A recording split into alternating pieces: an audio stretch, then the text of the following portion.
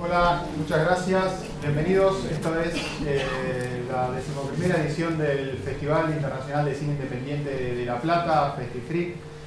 Es para nosotros un enorme placer y también un honor que se esté presentando esta película dentro del marco del festival. Fernández Mouján es un amigo ya del festival y es también para nosotros muy importante que esta película se esté presentando en este museo, en esta institución. También queremos agradecer a las autoridades por habernos permitido poder proyectar esta película aquí. Nosotros desde el festival hemos querido este año expandir un poco más lo que es los espacios de proyección.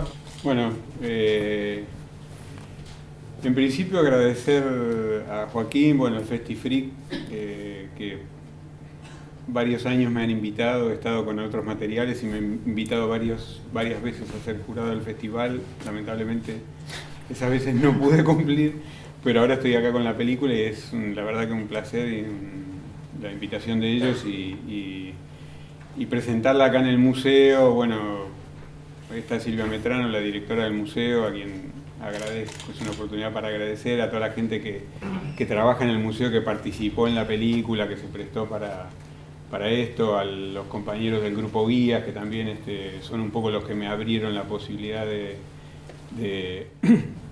entrar en relación con el museo, con el pueblo H, con el tema de Damiana más profundamente, y que algunos de ellos están acá presentes, a compañeros y amigos de acá que vinieron a acompañar esta función. Y bueno, eso, agradecer eso y proponerles, bueno, si quieren después de la película, si tienen tiempo, nos quedamos a conversar y bueno, lo que tengan para decir, para criticar, para aportar o lo que les parezca interesante lo podemos conversar.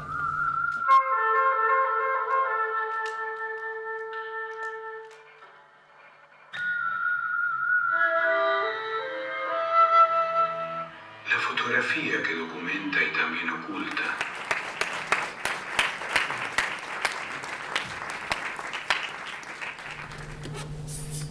Pareció muy linda la música, muy adecuada para cada uno de los cuadros, muy sentida la película, que se transporta hacia el lugar y hacia la cultura que tienen ellos.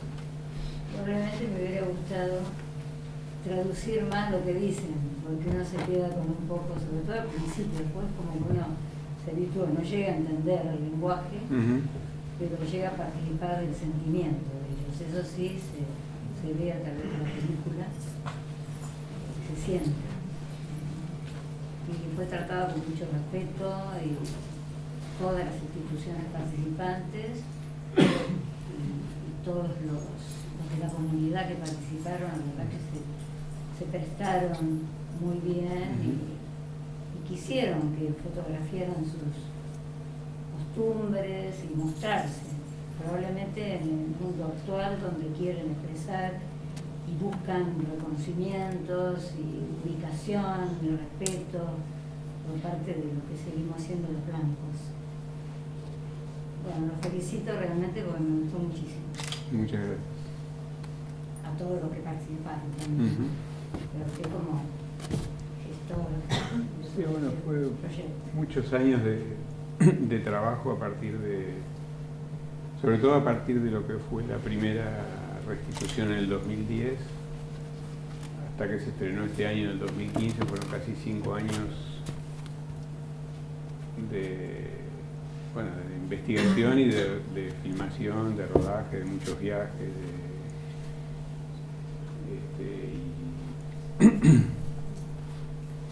y la verdad que bueno, durante esos 5 años fue estar inmerso un poco en esta historia, tratando de ser lo más, de tener el mayor compromiso y ser lo más respetuoso posible sobre algo que es muy difícil de tratar porque ha sido, Damiana Krigi ha sido muy humillada y muy maltratada, y de alguna manera en la película yo lo que siempre cuidé mucho es no volver a repetir de alguna manera ese gesto y tratar de recuperarlo mejor y tratar de alguna manera con honestidad buscar todo lo que era posible, lo que por lo menos a mi alcance estaba a buscar para tratar de reconstruir en parte esa historia y aunque hay muchas cosas que probablemente nunca sabremos y que quedaron ocultas, sobre todo ocultas por la gente que tuvo relación con ella, tanto por Alejandro Korn, por Lehmann Nietzsche, por toda y bueno, esa era un poco la idea, ¿no? Tratar de darle sentido a esa mirada que aparece en esa foto y decir, bueno, cómo tratar de ver cómo era, qué podía haber pasado y qué podía haber sentido. Y fundamentalmente no repetir ese gesto de humillación, digamos, que es el tema, sobre todo el tema de la fotografía desnuda y todo eso que hace Lehmann Nietzsche.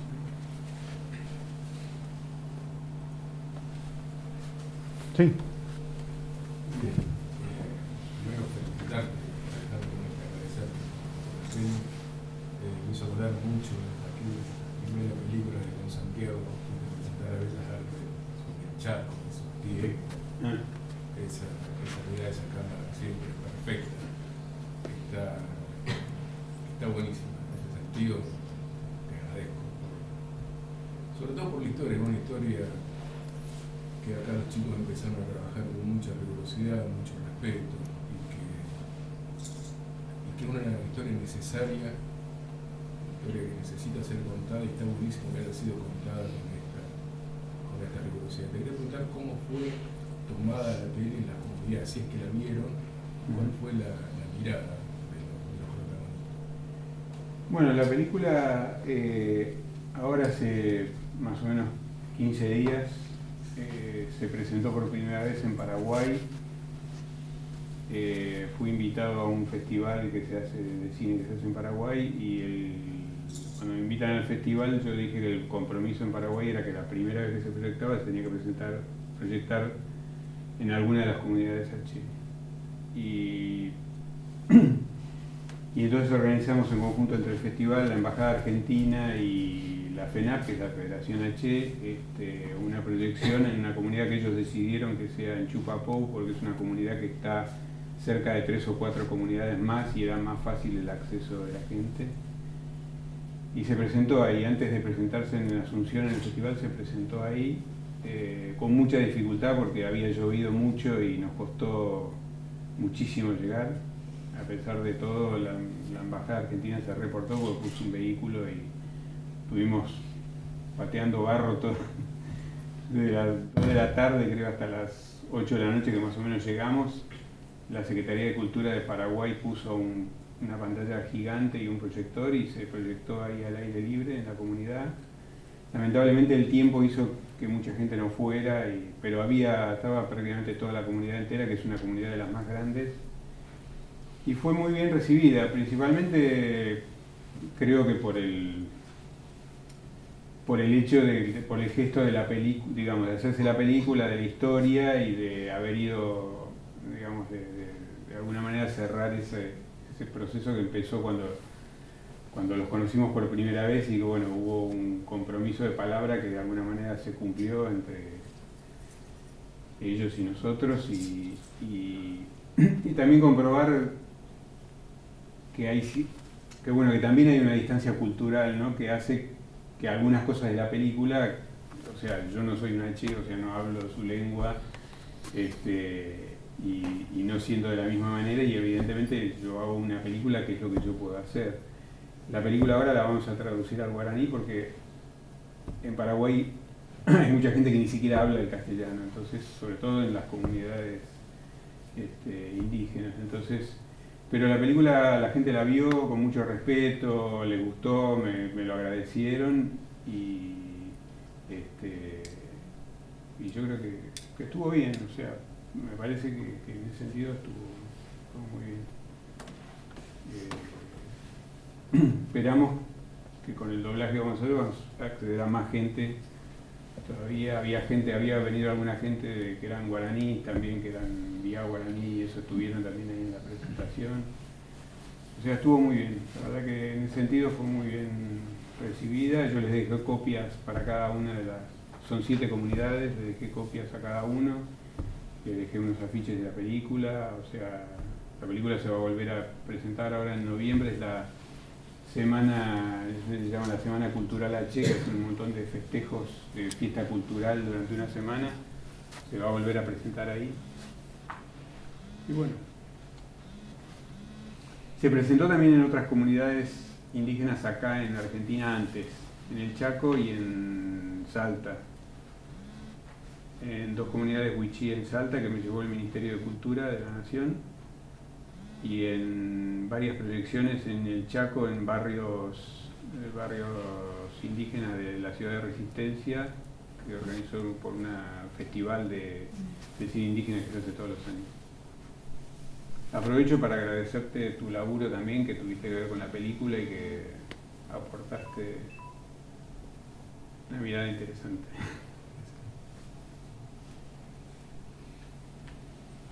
Mi pregunta es, yo recuerdo, trabajo en el museo, recuerdo cuando las primeras conversaciones, cuando contabas que querías hacer una película, y recuerdo que la historia tenía una parte y a lo largo de estos años se ha ido ampliando.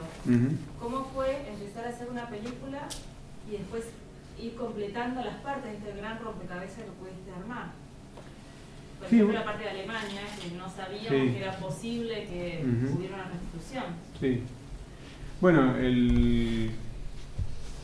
creo que, digamos, desde el primer momento fue como un trabajo, por un lado, que yo traté de alguna manera de juntar lo que ya había, lo que ya se había hecho, lo que se sabía, sobre todo lo que había trabajado el grupo Guías y lo que, bueno, de que la información que de alguna manera existía previa, y a partir de esos contactos, de esa información, tratar de profundizar por las distintas líneas que tenía la historia que se podía investigar, digamos. Por ejemplo, en el caso de las fotografías, que era algo que aparentemente no nadie tenía esos negativos, no existían, el original de esas fotografías, no estaban acá en el museo, que me parece que es donde tendrían que haber estado, o sea, porque Lehmann Nietzsche en realidad las sacó para el museo, pero bueno, se ve que se las llevó a Alemania.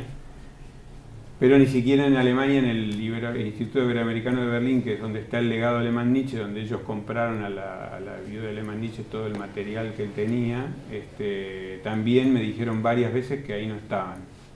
Yo hice 2 viajes y 2 veces fui al Iberoamericano, y la segunda vez hablé con una persona que me dijo: mira, hay un material que todavía no está clasificado, que es la única chance de que esté ahí.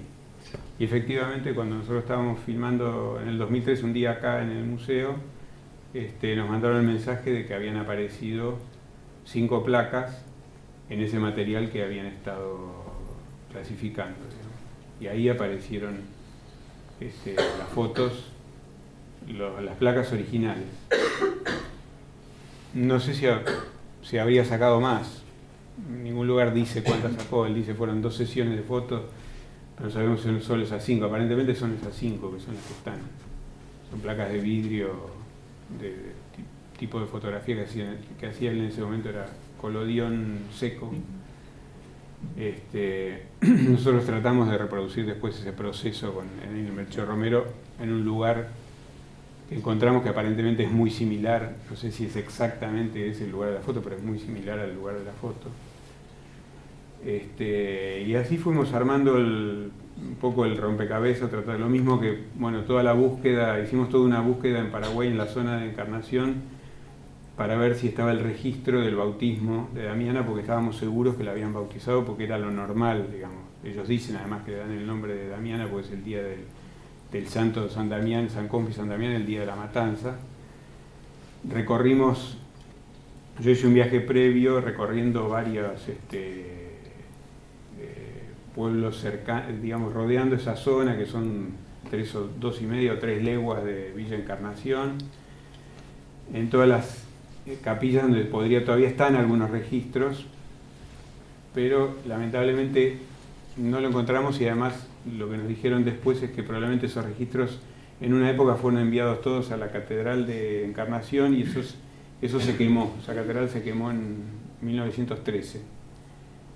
Y entonces buscando y con una persona de ahí encontramos registros este que aparece en la película, que es muy similar porque es casi el mismo caso, años después, en un pueblo que se llama Yutí, y que los registros estaban en la diócesis de Villarrica, que es a la que correspondía esa iglesia. Y fuimos ahí y encontramos y leímos ese registro, que es muy similar, porque es un ataque a un grupo H donde se quedan con una niña que la bautizan con el nombre de Natividad, porque es el día de Navidad, fue el día creo que el día que la bautizan. Y estaba ese registro y bueno, lo cual no era Damiana, pero era comprobar que esa práctica era una práctica repetida que se hacía constantemente, de quedarse con los niños de los H y usarlos como sirvientes, como esclavos. Y bueno, eso fue otro caso de una parte de la historia que aparece y que tratamos de unir, digamos, de completar la historia de Damiana. Sabemos que hay muchos huecos y bueno, no pretendemos lo que hay en la película son hipótesis de, bueno, suponemos que, como el caso de que si la trajeron Tencate y la Ite de vuelta de Paraguay acá, o cómo le aparece a Korn. No sé, yo no encontré el dato preciso, pero me imagino que la tienen que haber traído ellos, porque si no es muy difícil que ellos la ven más o menos en diciembre del 96, por ahí la ven, y después ella llega, Korn dice que en el 98 le llega esta niña, según lo que cuenta Alemán Nietzsche. O sea, son todos registros y palabras poco creíbles porque están ocultando algo. O sea, y bueno, nosotros suponemos que la tienen que haber traído para seguirla estudiando cuando ellos se volvieron, pero no hay un registro de eso. Entonces hay muchas cosas que quedan ahí. Pero bueno, todo lo que pudimos investigar y corroborar y comprobar lo hemos hecho. Es interesante lo que decís, ¿no? Que hemos discutido en este proceso, lo que decía ella, cómo fue la película, ¿no? Nos conocimos en 2010, fue la restitución, se fue dando, por ejemplo, el hallazgo del cráneo en Alemania, que estaba oculto. Ellos, los alemanes, no es que Heidi Bodemecker le da parte a la Charité como que tienen el cráneo. Le dice, ustedes tienen el cráneo, tienen que darlo a la luz o lo vamos a denunciar, como hicimos en otras prácticas. Y entonces ante la amenaza lo entregan. Y lo que vos decís es decir, ¿no? ¿Cómo creerle las palabras de ellos? A mí me queda y me hace mucho ruido. Hemos discutido con vos en la película, pero ahora está acá Roxana también, que hace una obra de teatro sobre Damiana. Es por qué creerle a Lehmann Nietzsche lo de la sexualidad de Damiana. Una niña, 14 años, fotografiada desnuda. Él dice una enfermedad que no pudimos detectar, pero 10 años antes, en el mismo renglón dice, la había detectado Tenkate. O sea, está diciendo, no la pudimos detectar, pero ya está detectada. ¿Por qué creerle que era un escape para escaparse con un novio y envenenar un perro? Sí. Sino que quería escapar a la libertad porque estaba siendo abusada. Yo no puedo confirmar que fue abusada Damiana. La fotografía es un abuso. Pero a mí me hace mucho ruido que todavía hoy, después de haber visto todo lo que vimos, se le siga creyendo a la literatura de Lehmann Nietzsche. ¿Por qué Lehmann Nietzsche cuenta eso y se lo toma como verdad? Que Damiana tenía un desenfreno sexual y se justifica su llevada al manicomio. Me hace ruido cuando vos decís, ¿no? ¿Cómo creerle? Yo te digo, sí, ¿cómo creerle? ¿Por qué creerle esa parte que es... Yo no le creo, no, ya sé, por eso lo hemos discutido muchas veces. Pero bueno, problematizar eso, ¿no? ¿Cómo creer a esos registros que hacen los mismos que están llevando a cabo esas prácticas, que ellos saben aberrante? Lehmann Nietzsche lo sabe, por eso lo deja fuera del catálogo que publica, que es 1910, y él tiene a Damiana ingresada en 1907 y no le ingresa en ese catálogo, la deja en el inédito, que empieza en 1911. Entonces podría haberle ingresado, él oculta. Entonces yo digo, hay que tomar muy entre pinzas estos registros que encontramos del pasado y problematizarlos. ¿Por qué dar por hecho lo que ellos plantean y empezar, bueno, a dudar? Y ahí empezamos a dudar y ver esa continuidad. El hombre del Melchor Romero, no me acuerdo el nombre, nos contó, me llamó antes que llegues vos, que la logia masónica Alejandro Korn, a la que pertenecen, buena logia masónica se llama, le pusieron el buena para aclarar, los familiares de Korn le solicitaron que no nos entregue información, porque nosotros estábamos yendo ahí. Él nos comunicó y nos pasó información de que la familia Korn se preocupó para que él no entregue información. Él lo hizo igual, te atendió, mostró, a nosotros también. Él se acercó a nosotros ante esa amenaza de la familia de que no entregue los archivos. Entonces, hay un mecanismo en el Iberoamericano, hay un mecanismo en el Museo de la Plata. ¿Cómo es el catálogo que yo vi? No lo vi de casualidad, no es que miré solo el catálogo de curiosidad por ahí como aparece en la película, sino que tiene toda una historia que vos la sabés, que viene de antes. Pero lo habían leído un montón de otros antropólogos del Museo de la Plata, de estudiantes, no sé, pero antropólogos seguro lo habían leído. No estaba de casualidad ese día ahí el catálogo. No fue casualidad, había todo un mecanismo de encubrimiento que sigue actuando hoy y va a seguir actuando a futuro. Nosotros encontramos que el mecanismo de encubrimiento comienza con esas muertes, con la de Nacayal, con la de Damiana. Comienza y está registrado el mecanismo de cómo ocultar esto. Nosotros tenemos ya nuevas pruebas. En 1887 ya empiezan a ocultar información. Y esos mecanismos siguen hasta la actualidad, por lo menos el Iberoamericano, que ocultó el cráneo de Damiana, por lo menos el antropólogo que vio ese catálogo y no dijo nada, los que tenían las fotos, en el Melchor Romero la buena logia masónica. Entonces, es interesante eso, problematizar lo que nos están diciendo de estas instituciones y los que nos van a decir, porque nosotros vemos, después de 130 años, ¿cuál es una película denunciando esto? ¿Cómo no era que Lehmann Nietzsche la llevó a Damiana? Porque esto es un hito para nosotros, puede ser que de acá haya un punto de inflexión y esta sea la historia a partir de ahora, porque esto también se borre. Por eso nos pareció importantísimo colaborar con Alejandro y con todos los documentalistas que han hecho varios documentales sobre este tema, porque tenemos que romper, hacer un punto de inflexión, que la mentira que hubo durante 130 años deje de ser el relato oficial. Pero no estamos convencidos de que lo hayamos logrado y que dentro de 50 años estos también queden en el olvido y estas grandes instituciones que tienen esa metodología de custodiar la memoria, como lo decía en el Melchor Romero, lo tapen. Por eso nos parece importantísimo el premio que le dieron a esta película en Denver, en la Sociedad Antropológica, ¿no? Creemos que esta es una herramienta fundamental para mostrar desde otro lugar, desde el arte, algo que está sucediendo en las instituciones. No se quieren hacer cargo del pasado, como realmente fue muy duro, hacer un pedido de perdón por haber participado en esta aberrante práctica y que se deje de ocultar y se pongan a la cabeza de estas investigaciones las instituciones. Y eso no va a suceder. De hecho, se ha invertido, han puesto investigadores a desmentir todo esto, a desmentir lo que nosotros estamos publicando, ayudando a los documentalistas para que...